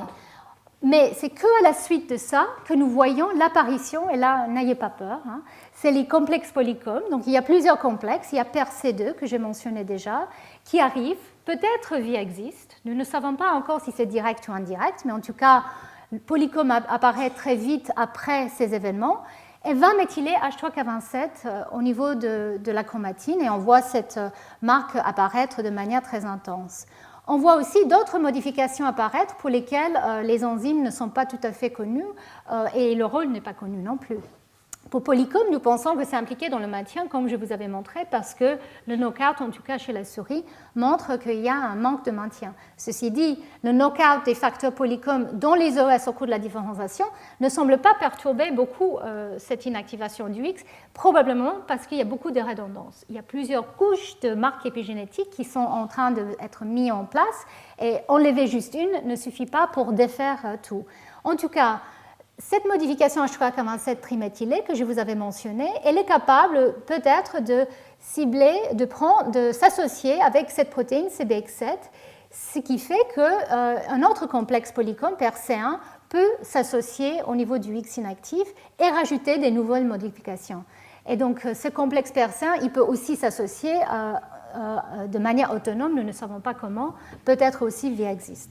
En tout cas, l'association de polycom est suivie par de nouveaux événements, et c'est là où on commence à voir la méthylation de l'ADN apparaître au niveau des promoteurs des gènes, et aussi des variants des histones comme macroH2A apparaître au niveau de la chromatine. Donc, tous ces changements, nous pensons, sont importants ensemble pour la mise en place, le maintien de l'état inactif du X. Et donc, les événements que je vous avais décrits tout à l'heure, donc la réplication tardive, elle apparaît par exemple après la mise en place de polycom, donc peut-être c'est une conséquence de ce type de changement au niveau de la chromatine ou de l'inactivation transcriptionnelle des gènes. L'inactivation des gènes a lieu très vite après la décoration par existe et directement liée à existe, peut-être à ces changements ici. Il y a aussi une réorganisation du chromosome pour que les gènes qui sont actifs deviennent inactifs et en fait rentrent dans ce compartiment nucléaire que je vous avais mentionné. Et puis la méthylation de l'ADN qui arrive un peu plus tard et qui est là certainement pour verrouiller l'état inactif de manière très efficace. Et un point très important, c'est que l'ARN d'existe est essentiel pour cette mise en place. Mais on peut enlever existe plus tard sans avoir des conséquences dramatiques au niveau de l'état inactif. Donc il s'agit bien, je dirais, du déclencheur du processus sans être un acteur essentiel pour l'aspect épigénétique ou mémoire de l'état inactif. Donc pour résumer cet aspect-là, nous savons donc qu'effectivement, au niveau de l'X inactif, il y a des états très différents de chromatine. La chromatine active, la chromatine inactive, associées avec des modifications dans le cas de l'euchromatine, comme vous voyez ici, et les facteurs de transcription. Et dans le cas du X inactif, nous avons plusieurs modifications qui sont aussi assez spécifiquement associées. Et donc, il commence à être montré, j'avoue qu'il n'y a pas beaucoup de données qui, comme je l'ai dit, mécanistiquement essaient de disséquer est-ce que finalement, si on enlève polycom, un complexe ou l'autre, quel est l'impact si on enlève, par exemple, d'autres modifications aussi. Ce sont des expériences difficiles à mettre en œuvre avec des outils génétiques, mais qui commencent à venir. Mais en tout cas, pour l'instant, nous pensons qu'effectivement, ces différentes marques de la chromatine, la compartimentalisation nucléaire que j'ai mentionnée et la réplication asynchrone, ensemble, de manière synergique, permettent une héritabilité extrêmement stable de l'état inactif du chromosome X, et ça sur plusieurs centaines de divisions cellulaires dans les cellules somatiques. Et le seul endroit ou les seuls endroits où le X inactif est réversé est effectivement au cours du développement et dans la lignée germinale, ou de manière induite par l'induction de la pluripotence. Et ça, c'est un sujet que je vais peut-être couvrir très prochainement dans mes cours. Donc, je veux terminer sur l'aspect développemental de l'inactivation du X. Comme je l'ai dit, il y a cette capacité de mettre en place le processus, aussi de le défaire.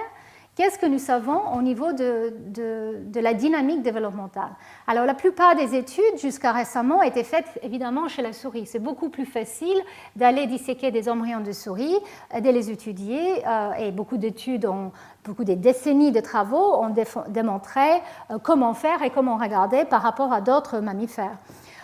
Mais il faut garder en tête, et vous allez voir pourquoi, que la souris, c'est une souris. Ce n'est pas forcément un modèle pour tous les mammifères. En tout cas, voilà ce qui a été montré. Déjà dans les années 70, il a été démontré qu'effectivement l'inactivation du X a lieu très tôt au cours du développement, et il y a une première phase qui, elle, est soumise à l'empreinte. Donc je l'ai mentionné tout à l'heure, chez la souris, c'est d'abord toujours le X qui vient du père qui est inactivé. C'était un japonais, Nobuo Tagaki, qui a démontré ça. Et il a montré qu'effectivement, quand on arrive au stade blastocyste, le X paternel est déjà asynchrone dans sa réplication. Mais il a montré que cette asynchronicité est en fait précoce. Le X inactif, à ce stade-là, en tout cas, est répliqué avant tout le reste du génome. Donc ça, c'est une parenthèse. On ne sait pas pourquoi et comment, mais en tout cas, clairement, il semble être inactif à ce stade-là. Mais les outils moléculaires n'étaient pas vraiment faciles à explorer, donc ça a été laissé pendant plusieurs décennies.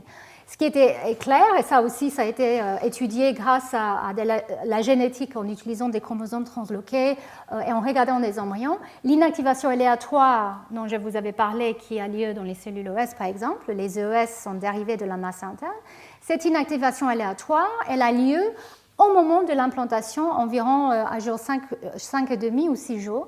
Et là, c'est soit le X paternel, soit le X maternel qui est inactivé. Et donc, en fait, cette inactivation aléatoire, ensuite, elle est gardée dans les cellules somatiques pendant aussi longtemps que nécessaire. Par contre, elle est réversée dans la lignée germinale. Donc, le X inactif est réactivé dans la lignée germinale pour que, juste au moment de la méiose, le X qui était inactif se comporte comme un autosome. En fait, les deux X sont actifs pour que la méiose se passe comme il faut. Donc, il y a 2 phases au moins d'inactivation chez la souris. Une première qui est soumise à l'empreinte et une deuxième qui est aléatoire. Alors, ça a généré beaucoup de débats dans le domaine et je vais très rapidement vous donner le message de ces débats. D'où vient cette empreinte du X paternel? Pourquoi il est d'abord toujours inactivé? Est-ce que c'est quelque chose qui a lieu à cause de son passé paternel ou est-ce que c'est quelque chose qui a lieu au niveau du X maternel qui résiste à cette inactivation?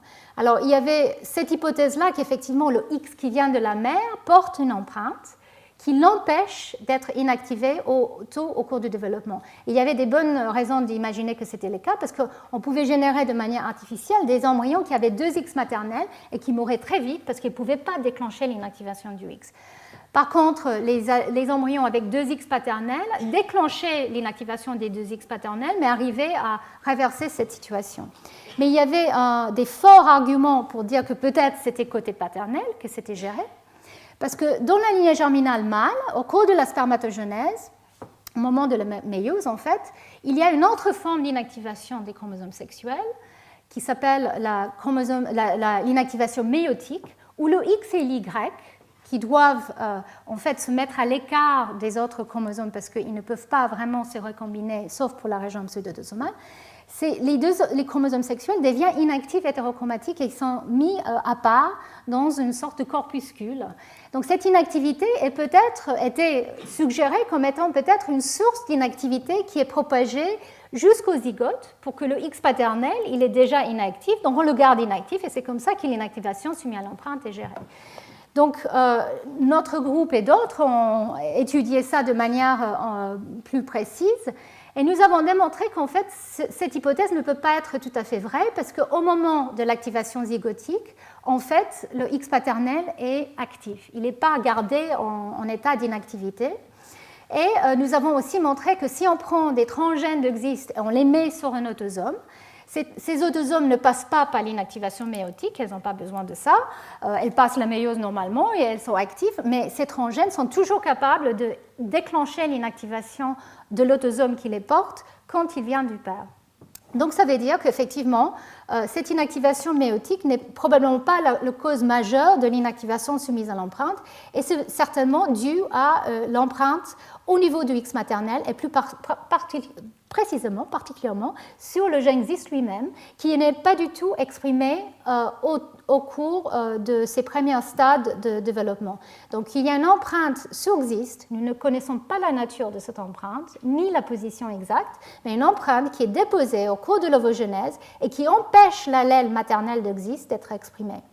Et nous pensons qu'effectivement, la découverte récente que le facteur activateur de XIST, RNF12, qui est essentiel pour cette forme d'inactivation soumise à l'empreinte, cette protéine est présente en très grande quantité dans un pool maternel et peut-être est importante justement pour déclencher le processus et pour empêcher que tous les chromosomes X, que ce soit dans un mâle ou femelle, soient soumis à cette inactivation. Peut-être il y a eu besoin de développer ou d'évoluer une empreinte qui empêche l'expression de XIST. Donc ça, c'est une hypothèse qui reste à être testée. En tout cas, ici, je vous montre un résumé très bref de ce qui se passe au cours de l'embryogenèse précoce chez la souris, de cellules jusqu'au stade blastocyste. XIST, comme je l'ai dit, exprimé qu'à partir de l'allèle paternel. L'allèle maternel ne s'exprime pas du tout. S'accumule au niveau du chromosome X paternel. On ne voit jamais une expression biallélique de XIST au cours de ces stades-là. Et les événements qui ont lieu sont très semblables aux événements que je vous avais décrits dans les cellules ES. La décoration de XIS déclenche des changements au niveau de la chromatine. Et on voit le recrutement de polycomes, on voit aussi la perte des marques actives qui arrivent de manière très précoce. Et quand on arrive à ce stade ici, qui est le stade blastocyste, en fait, nous avons montré que le X est inactif dans toutes les cellules. Donc ça posait un problème. Parce que si le X paternel est déjà inactif dans toutes les cellules à ce stade-là, comment on arrive à avoir une inactivation aléatoire juste après dans les cellules de la masse interne? Et en fait, nous avons montré, notre groupe et un autre ont montré que dans ces cellules de la masse interne, le X paternel, qui était inactif au début, devient réactivé. Il est reprogrammé, certainement reprogrammé avec tout le reste de l'épigénome. Ce n'est pas un processus qui est juste spécifique au LIX, ce phénomène de reprogrammation, mais en tout cas, il est réactivé de manière extrêmement efficace à ce stade-là pour qu'ensuite l'inactivation aléatoire puisse avoir lieu. Donc si je reviens à mon schéma ici, je vous avais montré qu'effectivement XIST est soumis à l'empreinte au départ. C'est ça qui déclenche l'inactivation préférentielle du X paternel. On perd cette empreinte vers le stade morule tardif. Nous ne savons pas pourquoi, mais en tout cas, cette empreinte est transitoire, contrairement aux empreintes que je vais vous décrire la semaine prochaine. Cette perte d'empreinte, en fait, est suivie dans la masse interne par une réactivation du chromosome X paternel et qui est associée à la présence augmentée de facteurs de pluripotence, une perte de la décoration par XIST, une répression de XIST, la réactivation des gènes et la perte des facteurs polycomes et des marques de la chromatine. Donc ces changements ont lieu très très vite. En une ou deux cellules, on passe d'un état inactif à un état actif. Donc vous pouvez vous poser la question, alors pourquoi? Pourquoi faire quelque chose d'aussi compliqué? Pourquoi inactiver le X ici pour le réactiver ensuite, pour ensuite le réinactiver dans les cellules de la masse interne qui, au moment de l'implantation, vont effectivement déclencher l'inactivation aléatoire? Donc ça, c'est une question qui nous tourmente.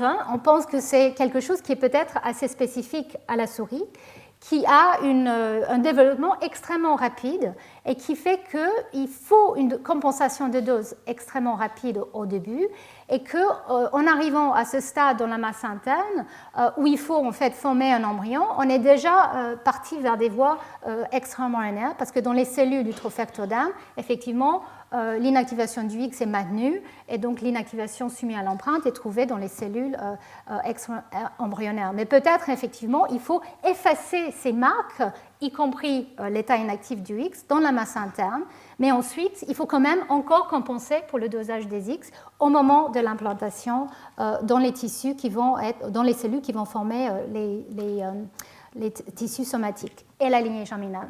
Alors, il y a une deuxième phase de réactivation qui a lieu dans la lignée germinale, dont on connaît beaucoup moins en détail, mais en tout cas, il y a une perte de XIST aussi, il y a une perte de polycome et aussi de la méthylation d'ADN.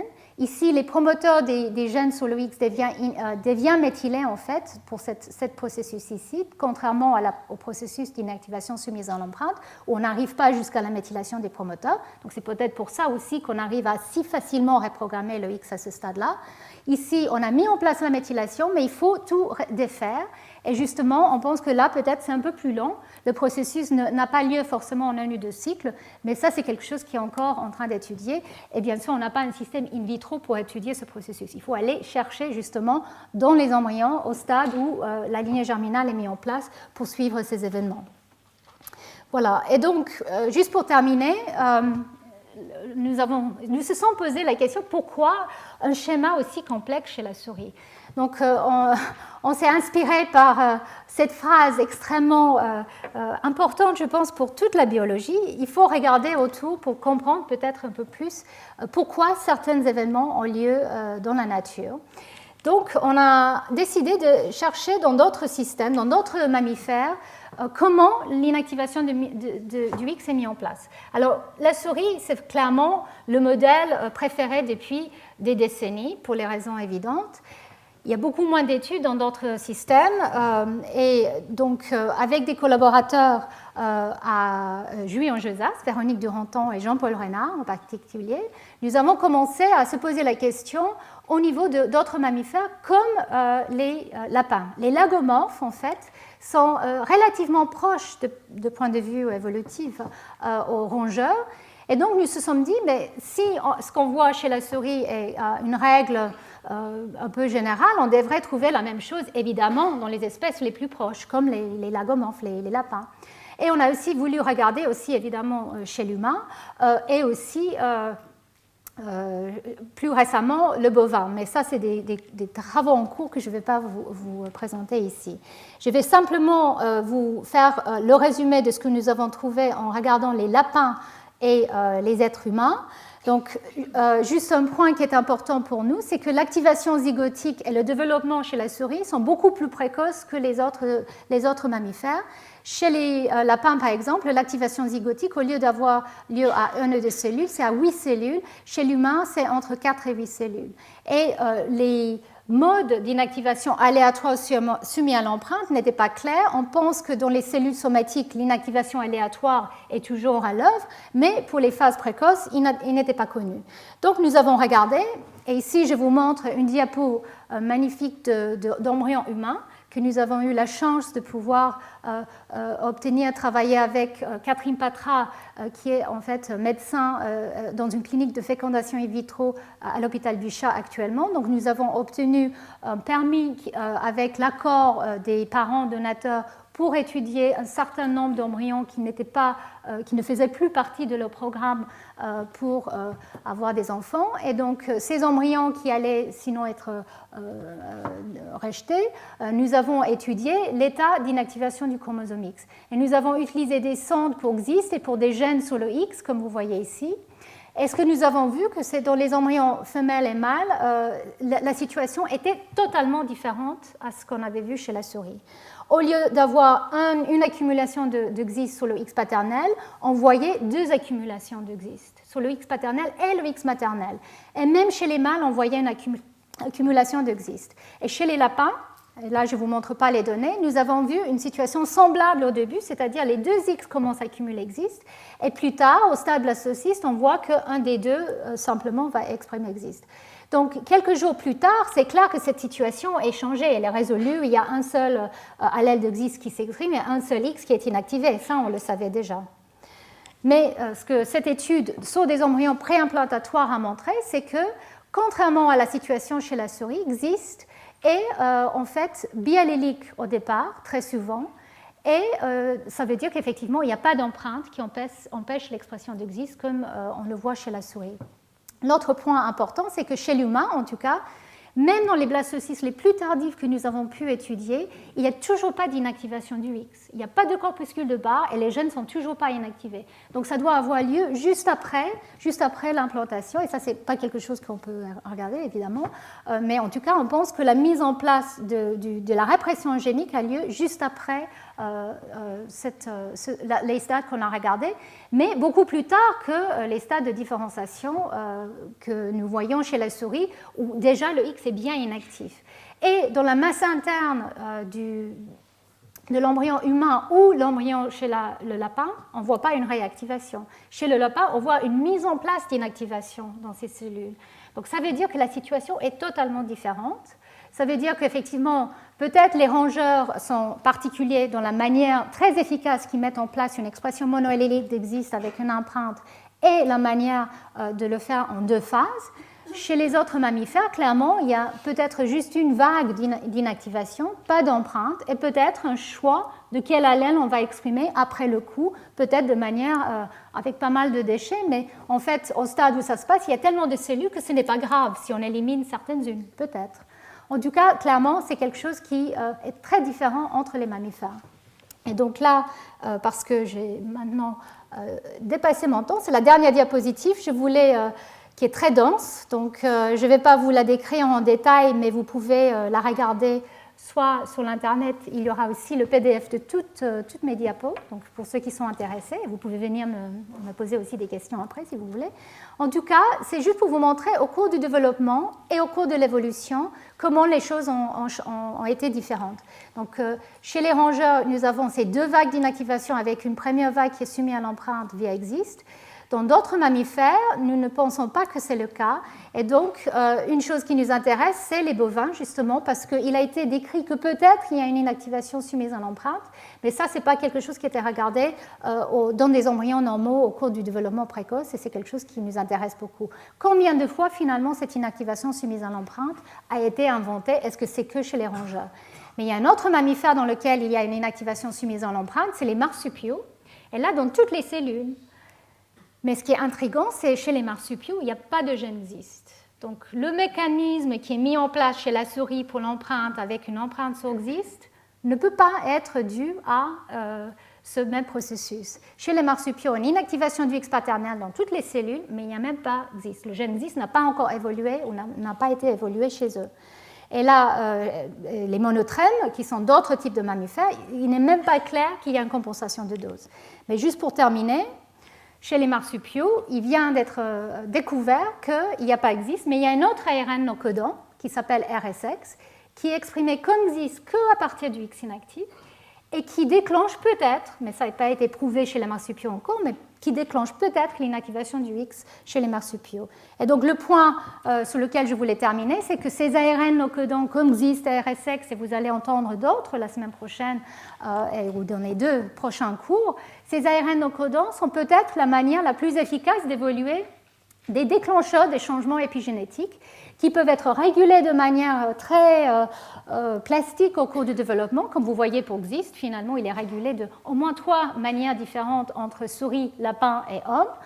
Et ces ARN non codants sont peut-être parfois justement des déclencheurs des changements au niveau de l'activité génique et les processus épigénétiques. Et donc j'espère que vous allez explorer ça avec moi dans les 2 prochains cours. On va d'abord voir pour les gènes soumis à l'empreinte et ensuite aussi chez les plantes d'autres cas comme ça. Voilà, donc je vais terminer. Je vous remercie pour votre attention et j'espère que vous resteriez pour le séminaire du professeur Grubner qui va vous parler des points mécanistiques de l'inactivation du chromosome X. Merci beaucoup.